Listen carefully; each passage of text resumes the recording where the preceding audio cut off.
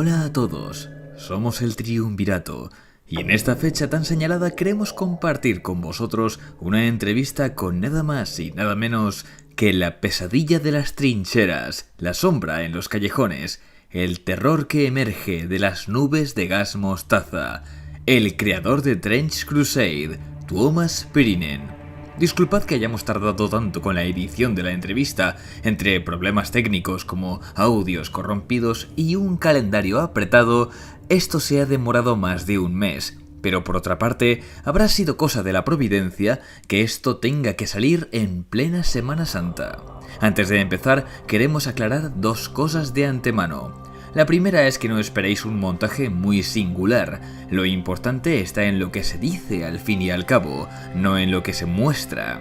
Segundo, aunque tal vez esta sea la primera entrevista realizada por un canal en español para YouTube dedicado al mundillo del wargaming, el podcast del Enano Blanco también tiene un programa con Tuomas, así que si os quedáis con ganas de más, que sepáis que encontraréis el enlace a su podcast en la descripción. Sin más dilación, comencemos.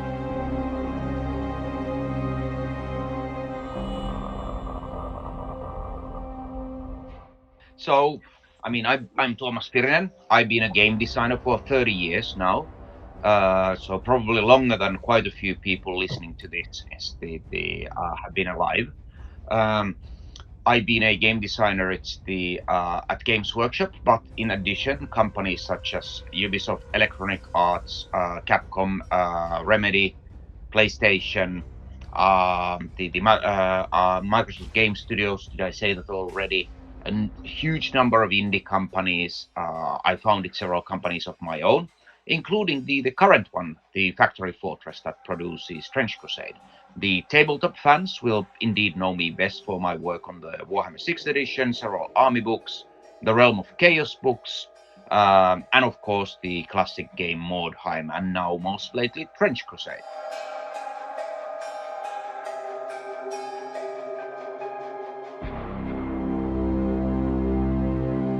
Well, the moment was when Mike from China, who created the initial concept of the Trench Crusade world, approached me about making a game. Now, I've missed tabletop design quite a lot. And also the thing is that I worked to all these big games companies, which I thoroughly enjoyed. I love making games, but you are working for somebody else and you don't in the end have full control over the creative work you do. So me and Mike both wanted to do something where we don't have to ask anybody permission to do anything, and we could explore themes that the most games just today won't touch. There's a lot of stuff in Trench Crusade that like you try to pitch that to a major game company, they wouldn't come anywhere near. They would run the other way. So our decision was really based on the decision that we want to work together, we get along with fine, this subject matter is interesting, and we want to have a creative control over what we do. So if I understood right, what you like about the project was the creative freedom it will allow you guys. Yeah, I like obviously Mike is one of the most famous artists in the world. His in the gaming space, like his work on Diablo is legendary. Path of Exile, Warhammer Online. He's worked on a great deal of very, very big video games, as have I. But the real reason really was that we wanted to have the creative freedom and to work on some truly grimdark world. That's something that fascinates both of us, rather than be limited by some company that has to worry about investors and whatnot.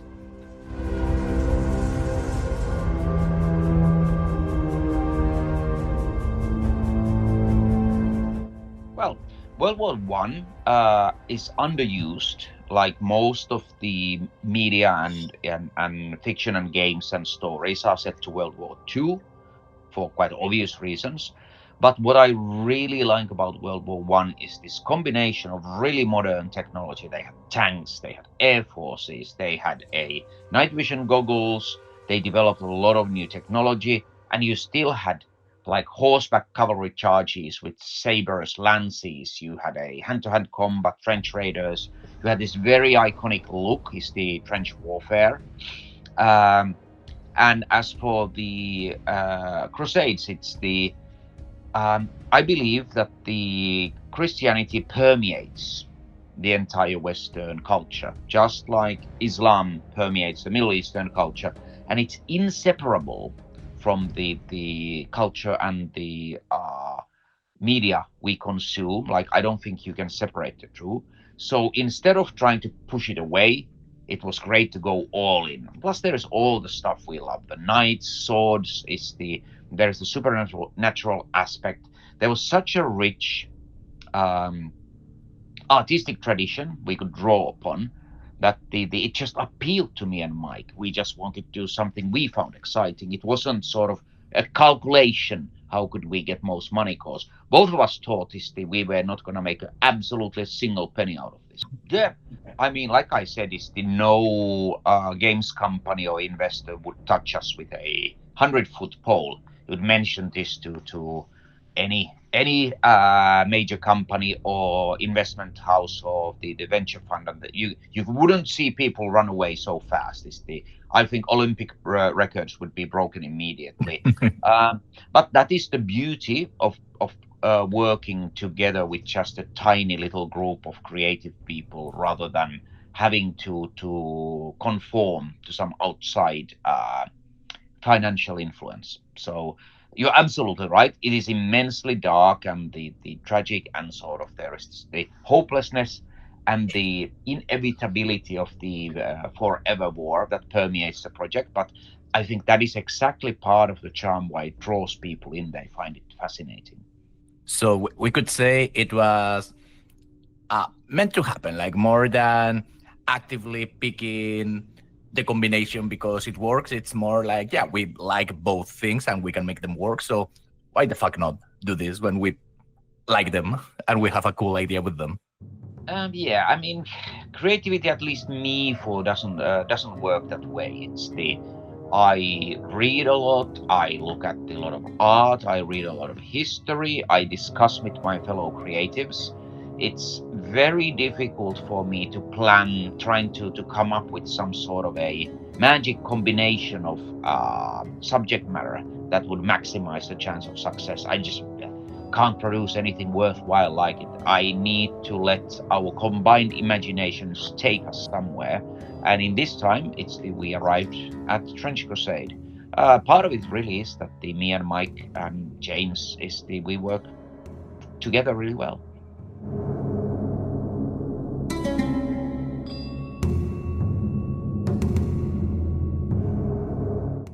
Oh, I mean, the obvious stuff is in the lore. You can discuss a very dark things, and the things that like no modern company that's is publicly traded would touch. I mean, for example, we feature the Ethiopian Solomonic dynasty. It's one of the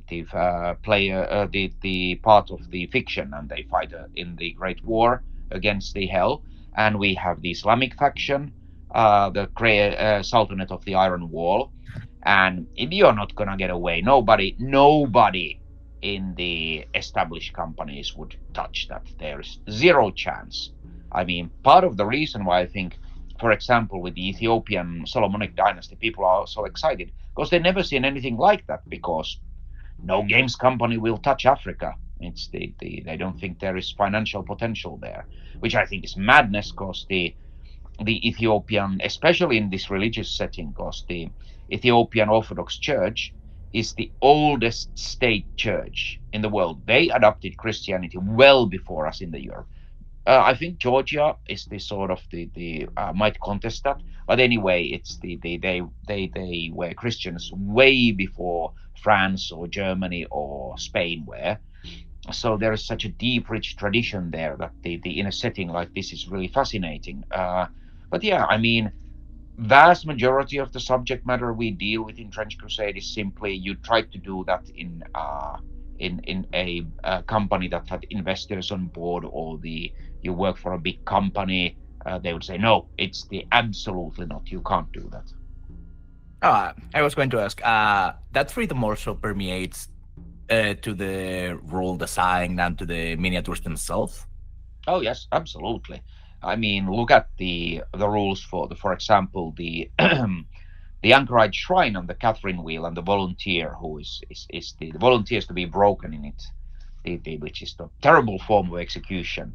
Um, to give spiritual protection to the shrine anchorite. No, it's your typical games company is not going to allow you to write rules like that. There's no way, zero chance. Um, but then again, I don't have bosses. It's and me and Mike usually are when we do something like that. We are super excited.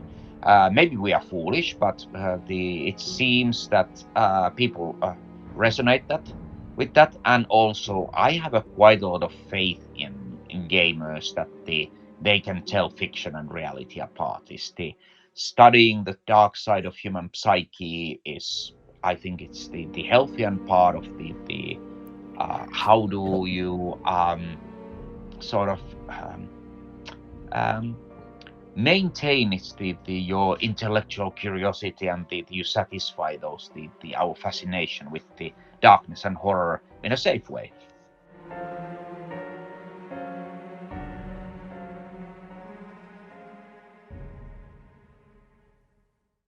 Yeah. So obviously, I'm known for writing Mordheim, and there is a reason why after 25 years it's still going so incredibly strong, despite the fact it hasn't had any official support for untold number of years. So, uh, the basic structure allowing you to play a narrative campaign and the explore your environment is this is all strong. Having the ability to really use the height differences of the tabletop terrain, that's a very strong the um, part of the concept. So I've obviously sort of took lessons from what I did before.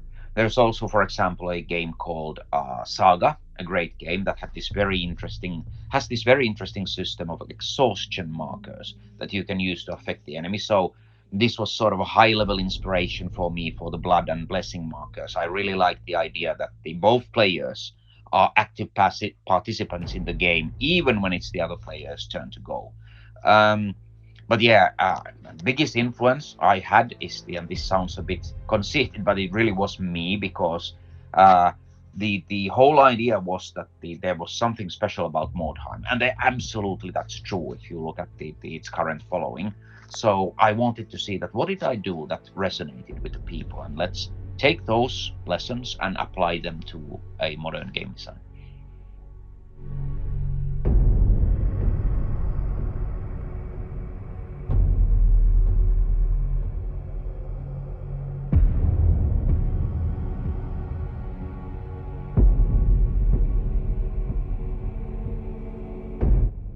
Let's start with the obvious. Discord is not a public service funded by taxpayers' money, so Discord mods, whatever it's the Trans Crusade or any other community, it's you obey the mods or they will ban you, and there is no question about that. Is the all the Discord rules have servers have rules, and if you don't follow them, you get banned.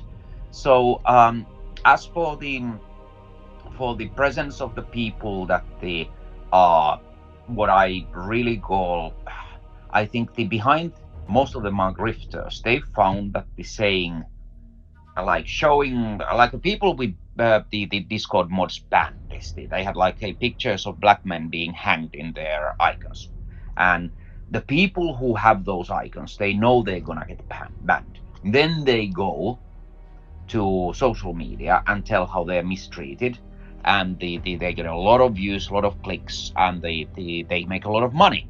The people view the videos, and they get really angry, and they share it to their other friends who also get angry about how these people were mistreated because they were not allowed to the advocate for a killing of innocents. It's So, but I think most of the people who are driving behind this are cynical people who want to make money. Uh, they get a advertisement money from the various social media platforms by creating a rage baits, because unfortunately, as research shows, the way to make money on social media is to make people upset and angry and feel bad. So the that's what they do, because that's what makes money. um, I think there's a much larger discussion of the current state of the society and the political divisions that I think are reflected in this space. Um, the I've never been of the mind that you should ever lose hope that the people can grow up. I mean, I was a very different person when I was like a 17, 18 than I am now. But there are things that I did and said that I shouldn't have. And I think that's true for all of us. So I think we did not want to get into starting arguments online, because these people are just happy if you pay them any attention, because they get money. So my strategy has been that if you did exhibit any bigoted behavior, the mods are gonna kick you out. There is, by the way, a big misunderstanding. People think that we are sort of the mods on the various Mordheim forums and servers and the pages and groups is the report to us. They don't. They don't. They are volunteers. I mean, the company consists of now originally 3 people, now 4. So we just hired a fifth people actually, so a person actually. So this is how the community has organized themselves naturally. Obviously, we support the moderators, because they have a very difficult and thankless job of the having these now extremely massive community spaces to run them well. But I think that it is the job of the people in the industry to create these groups and spaces. It's the where if you go there, it's the you can just talk about the things you love. Like, to me, the most important rule for any group is post about what you love, what not what about what you hate, um, and really have a clear vision that the people who are stoking these sentiments about the whatever I mean, hating Jews is very common one, is the hating people based on skin color is a very common one. The people who are the leaders of that movement, they are in it just for money. They don't even have any convictions. Unfortunately, it is easy to mislead a the impressionable people, especially if things are not going well in their life. um, but of course, there is a larger societal issue right now. And it is unclear yet is the how the society at large will align itself.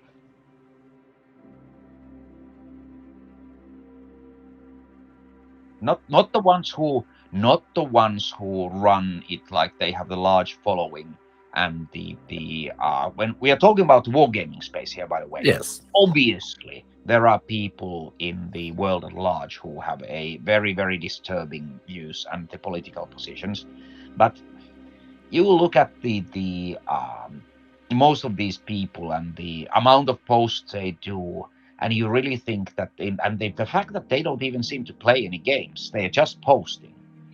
To me, this is a clear pattern of grift.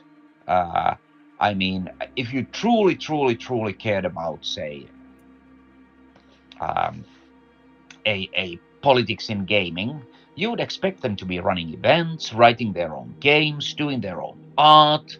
It's the coming up with the a campaigns where they play together, organizing clubs. Where are they? Where are the games and the products and the miniatures of these Yeah. people? Because if they're so passionate about it, show me. I haven't seen a single one. Yeah, in short, be part of the community, right? Like that's what you should have to show. Like you are part of the community you are saying you are part of, and you are so mad between quote marks about. Yeah. So the to me this speaks of the lack of conviction is the because making games is a lot of work. I mean, trust me, I know. So if you had true convictions, if I was, let's say, heaven forbid, I had my skills and my experience, and I also felt that the I don't know, it's the let's take an example that the all Indians should be killed is the and then I'd make a game about the killing Indians. I mean that's a disgusting thing to say, but I'm using that as an example. These people are not doing it. They are not doing. In fact, they are not doing any games. They are not doing any art. They are not sculpting any miniatures. If they had any convictions, that's what they would be doing. But no, it's the what they do is they look at the stuff that is popular and they think that they can get clicks, which would then turn to money for them. It's the and they know there is a captive audience of people who I guess are hurting. It's the and they are looking at the this negative loop that they can keep them in this bad place. It's addictive, I think. But that's all they do. I mean, where is the convention they run? I don't see it.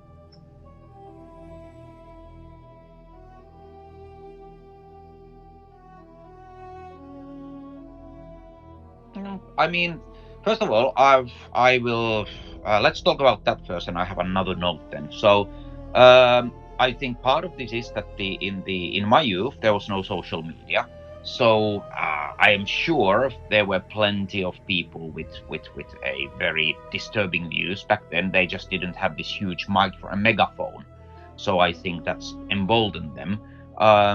There is definitely, like right now, there is in the society at large. There are forces pulling into different directions, but I do think that at least in the wargaming space, the number of people who genuinely are captured by extremist ideologies. I mean, the part of the reason why that guy coming to a wargaming event wearing seemed to presume a fascistic uniform, it's shocking because it was so rare. Like, if there was, like, even if there was one every year, if somebody is coming like that, that would be maybe show that there was a huge number of deeply ideological people. I'm sure there are plenty of people, there are influencers that are trying to shift the public opinion, and I don't want to diminish that. I think it is important to acknowledge that the core of the ideology right now is hollow because its leaders don't have any convictions except they want money. That's their one conviction. So I don't think if you did a survey of the wargaming fans in the world at large and asked that how many of them believe that there should be a final solution, I don't think in the end that the people who genuinely think that we should put people in the ovens, are that many. But they are, when they do, like, I think the biggest sign of the times is that they are actually now coming out in public and being proud about what they are, which for a long time, like, you would have been just thrown out of society if you did that. But we're talking about much larger issues than wargaming here. I do want to pick up on one thing you said. There are a great number of people of different faiths playing Trench Crusade. Well, of course, plenty of people without faith. And the game it's a very dark timeline, and all the major faiths, within it have failings, just like they do in real life.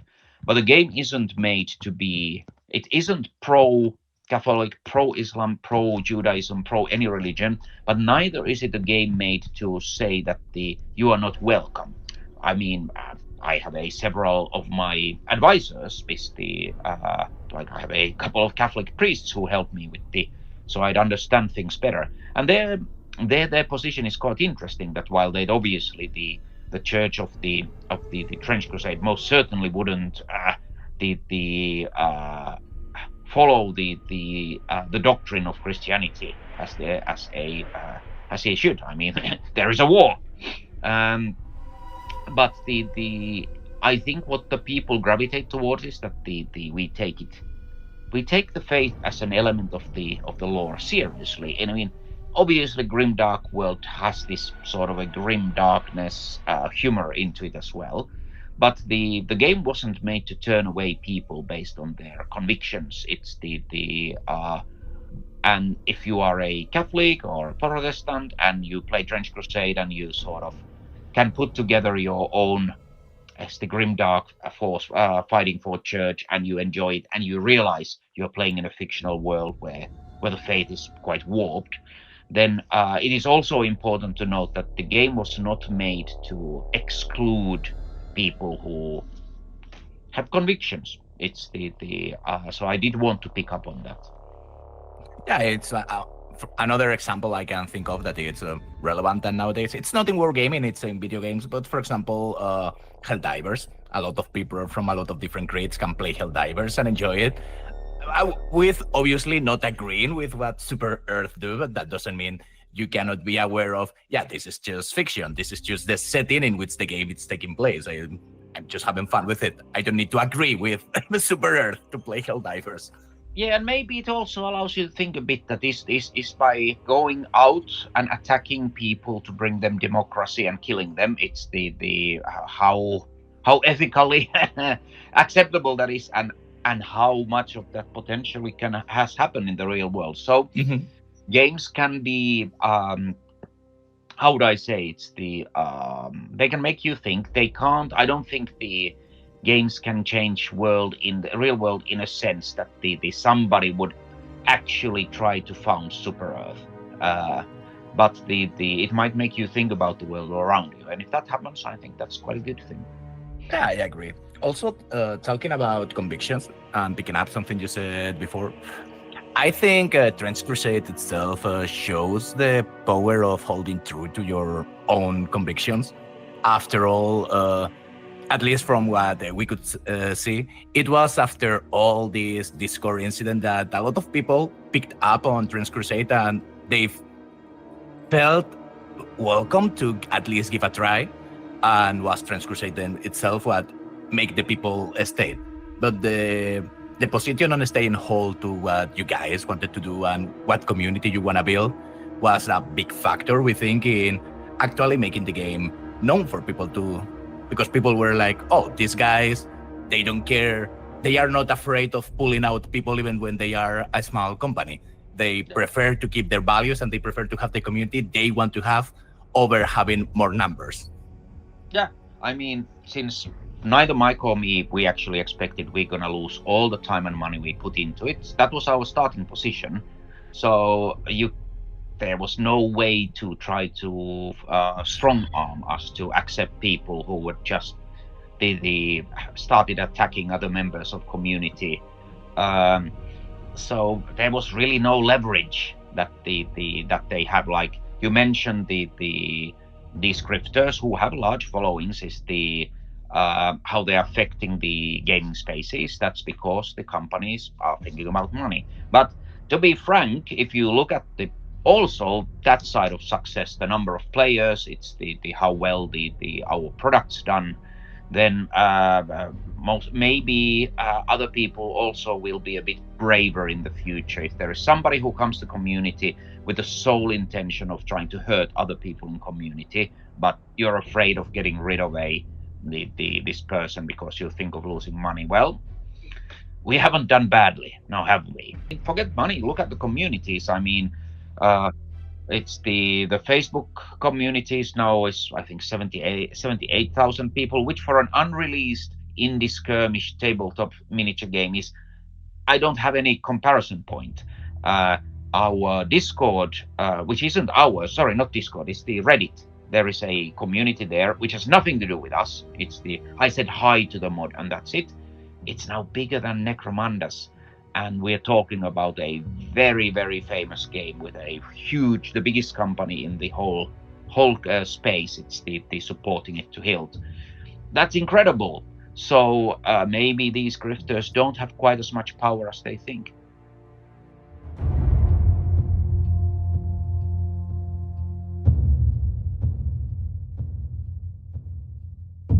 Well, that obviously depends a bit on your point of view. I mean, obviously, Games Workshop dominates the industry in a humongous way. That's blatantly obvious. There is no to say anything else. When I was there was still the vestiges of the how it was set up by Brian Ansell when the studio was a very pure creative space where the madmen like Nigel Stillman and the Andy could come up with these groundbreaking ideas. Now that it's a huge publicly traded company that the has a mission to produce return of investment, it's obviously quite different. The good side is that the way more people now know about miniature wargaming and the are playing it and the are enthusiastic about this creative hobby and they get to enjoy the joyous part of it, painting, converting, playing with games, having the social circle around you. So this is not a small achievement when the rest of the entertainment is getting more and more digital and less about the you being creative personally. That there is this outlier that's all about that, where you have to actually, you don't get a finished toy when you open the box. You have to assemble it, paint it. It's the decorated. It's the then the play with your friends is to read books. This is outlandish nowadays. Like nobody's doing that. So I think this side's been marvelously good. What I think has been maybe what I miss is that creative side, like that you can take a Kellogg's box and make a bunker out of it, or the you can come to an event at your gaming club and maybe you've made your own miniatures out of paper, or the you're using proxies from the other manufacturers. And this has gotten rarer and rarer, and the stuff like your terrain should be bought rather than the made from scratch yourself. But these are the things we wanted to bring back in Trench Crusade. Now, obviously, there are the couple of big players in the space. They are quite a big companies compared to us, and well, we have no illusions about that. That's the reality. But it isn't always just about the size. It's also about that there is a place for people enjoying different things where they can go to. So if we can offer a refuge to the people who love kit bashing, they love the freedom of the doing their own terrain. The new thing, which is that they get to modify the 3D sculpts themselves and then 3D print them, like the people who bought our STLs, and are doing their own modifications. I think that's brilliant. So I don't think that the wargaming hobby has to be just one thing. So I think in many ways it's the explosion of popularity that comes maybe from a more professional and more lucrative way of doing it. The bonuses are that the community is now bigger.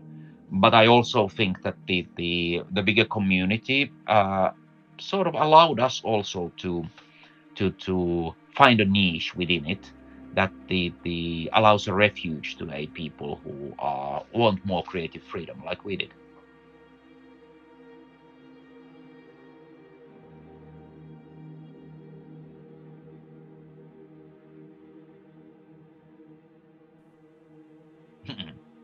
So absolutely, we'd love to do that. Again, it's good to remember how tiny our company is. So you might have seen our initiative for the collaborations, the first one being the one we did with Westphalia, the Red Brigade. So there are lots of very talented people in the industry who can do world-class things, whatever it's comic books or art or novels, but unless they work on an IP that's recognized, it doesn't matter how good it is, because nobody will ever know about it. So the one thing that we are really, really happy about is that we have now a position where we can highlight this talent of all these incredible indies and creatives that are in this space, but they just don't get a chance to show their stuff.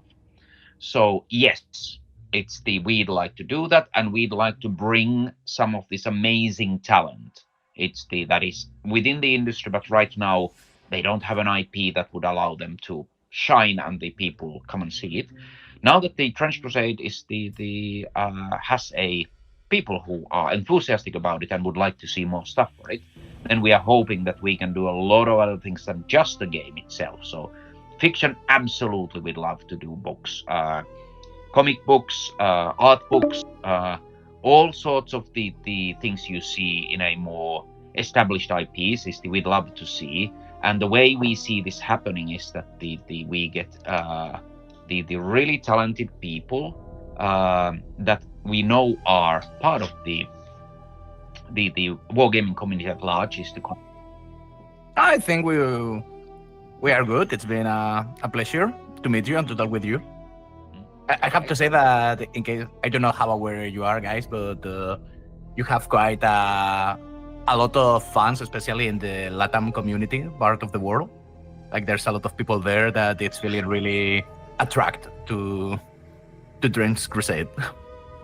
And you know, it's the half of my genes come from the area, so maybe there is a bit of familiarity.